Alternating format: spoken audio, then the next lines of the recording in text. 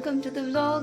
আর দেখো সকাল সকাল এত সকাল কি বলবো, এখন তো 7টা বাজতে চললো কিন্তু এখনো এত কুয়াশা, প্রায় আমাদেরই উঠতে ইচ্ছে করে না। আর এই বাচ্চাদেরকে উঠিয়ে স্কুলে পাঠানো কতটা কষ্টকর ব্যাপার। তো আজকে রাজশাহী বলছে সে স্কুলে পিৎজা নিয়ে যাবে, তো ওটারই প্রিপারেশন করছি। চলো আমরা এই বসে ঠান্ডার দিনে কিন্তু লেপের নিচে শুয়েই কাটাতাম। আজকালের বাচ্চাদের ওই সুখ কোথায়, তারা বাধ্য হয়ে সব কাজ করে। তো চলো প্রথমে পিৎজার ডো বানিয়ে নিই। ডোটা বানাবো, এখানে আটা বা ময়দা নিতে পারো। আটা নিয়েছি, নুন, চিনি দিলাম, একটু আমুল পাউডার, এবারে একটু তেল দিয়ে দিব,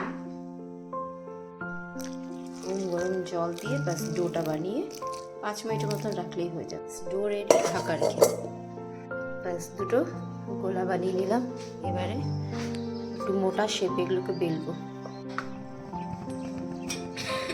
পিৎজা রুটিগুলোকে একটু সেঁকে নেওয়ার পরে ঘি দিয়ে ভেজে নিব। আর এরপর সস আর মেয়োনিজ দিয়ে স্প্রেড করার পর অনিয়ন, ক্যারেট দিয়ে, বা ক্যাপসিকাম থাকলে ভালো ছিল না আজকে, তাই এইভাবেই একটু চিলি ফ্লেক্স আর অরিগানো স্প্রেড করার পর আসল ব্যাপারটা রয়েছে, চিজ স্প্রেড করে দিলাম। এবার মাইক্রো ওভেনে 1 মিনিট থেকে 2 মিনিট, 1 মিনিটের মধ্যেই পিৎজাগুলো রেডি হয়ে যাবে।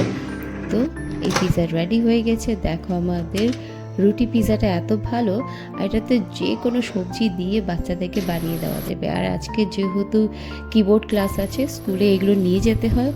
ছেলেকে স্কুলে পাঠানোর পরেই দেখি ঝড়ো বৃষ্টি শুরু হয়ে গেল। আজকে যেহেতু থার্সডে, তো সাই বাবার পাঠও রয়েছে, পাঠ করে পুজো দিয়ে এবার রেস্টুরেন্টে যাওয়ার পালা। তো আবার দেখা হচ্ছে সন্ধ্যার সময় বাড়ি ফিরে। এতই ভালো লাগছে ওয়েদারটা, কিন্তু এত ঠান্ডা বাবা। রেডি হয়ে গেছে এখানে চিজি ম্যাগি, চলো এবার খাওয়া যাক। দেখো আমার প্লেট থেকে চিজ চুরি করে নিয়ে যাচ্ছে।